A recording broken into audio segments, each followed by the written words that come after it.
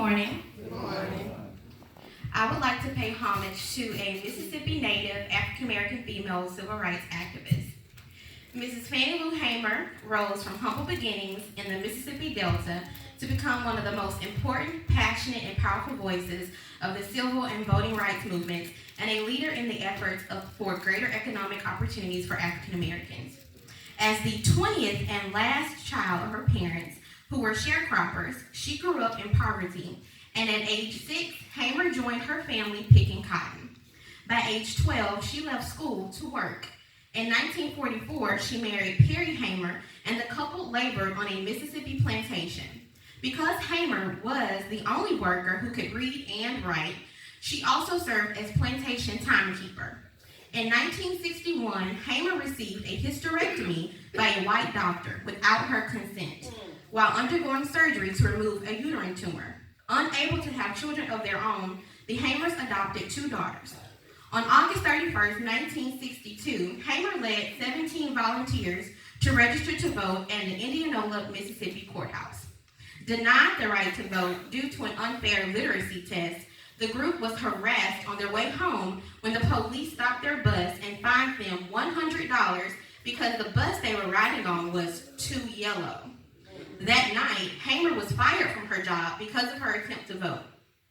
In June 1963, after successfully registering to vote, Hamer and several other black women were arrested for sitting in a whites-only bus station restaurant in Charleston, South Carolina. At the jailhouse, she and several of the women were brutally beaten, leaving Hamer with lifelong injuries from a blood clot in her eye, kidney, and leg damage. In 1964, Hamer's national reputation soared as she co-founded the Mississippi Freedom Democratic Party, which challenged the local Democratic Party's efforts to block black participation. One man, one vote. Hamer and other party members went to the Democratic National Convention that year, arguing to be recognized as the official delegation. When Hamer spoke before the Credentials Committee, calling for all mandatory integrated state delegations for airtime, President Lyndon B. Johnson held a televised press conference so she would not get any television time. But her speech, with its heartbreaking descriptions for racial prejudice in the South, was later televised. By 1968, Hamer's vision for racial equality in delegations had become a reality as Hamer became a member of the Mississippi's first integrated delegation. Today, I would like to recite Mrs. Fannie Lou Hamer's testimony at the 1964 Democratic National Convention.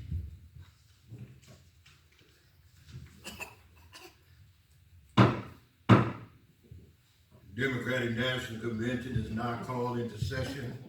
As chairman, I would like to bring Mrs. Fannie Lou Hamer forward. Mrs. Hamer, please proceed.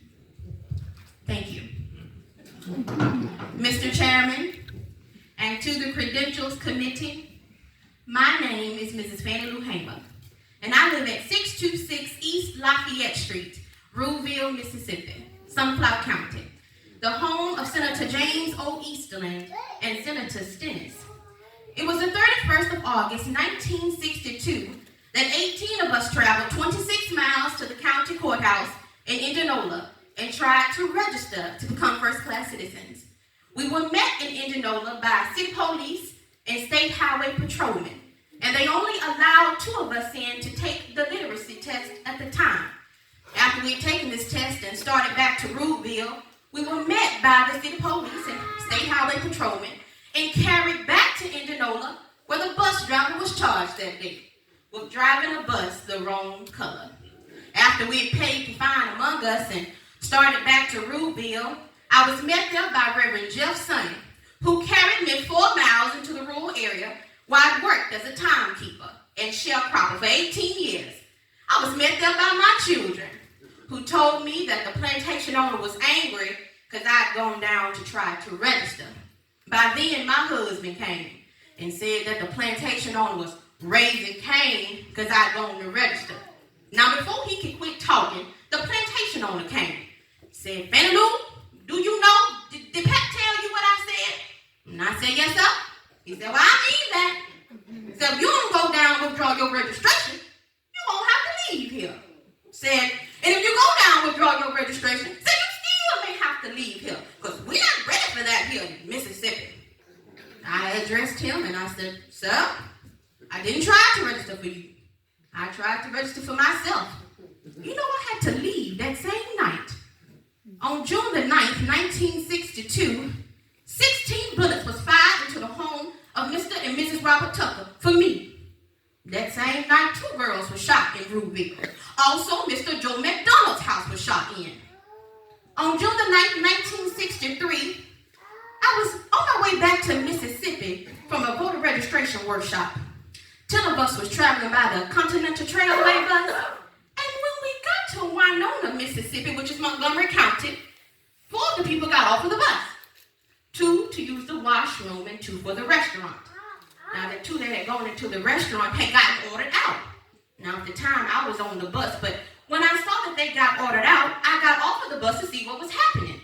And one of the ladies said, it was the state highway patrolman ordered us out. Well, I got back on the bus, and she got back on the bus, too. But as soon as I could get seated, I saw that they began to put them in the back of the highway patrolman's car. So I got back off of the bus to see what was happening. And I could hear someone say, get that one there. I was put in the back of the highway patrolman's car, and he told me that I was under arrest, and he kicked me. I was carried to the county jail and put into a booking room. Some of us were in booking rooms and began to place the rest of us in cells. I was placed in a cell with a young woman by the name of Miss Yvesta Simpson.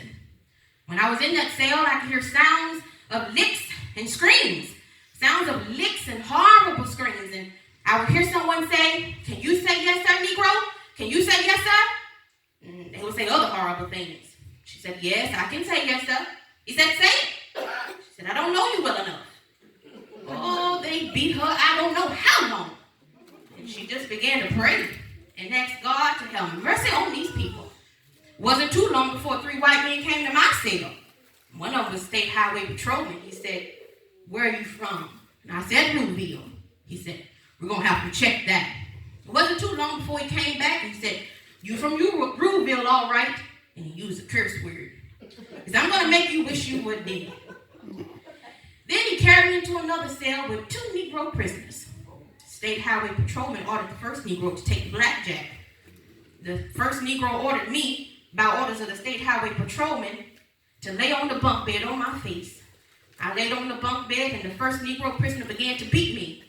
I had my hand behind my back on the left side because I suffered from polio when I was 6 years old. The first Negro prisoner beat me till he was exhausted. Then he ordered the second Negro prisoner to beat me. And I began to work my feet.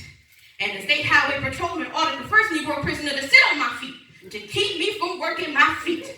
And I would yell, and one of the white men would hit me in my head to make me be quiet. My dress would work up. I pulled my dress down and he'd pull it back up. I was in jail when Mega Elvis was murdered.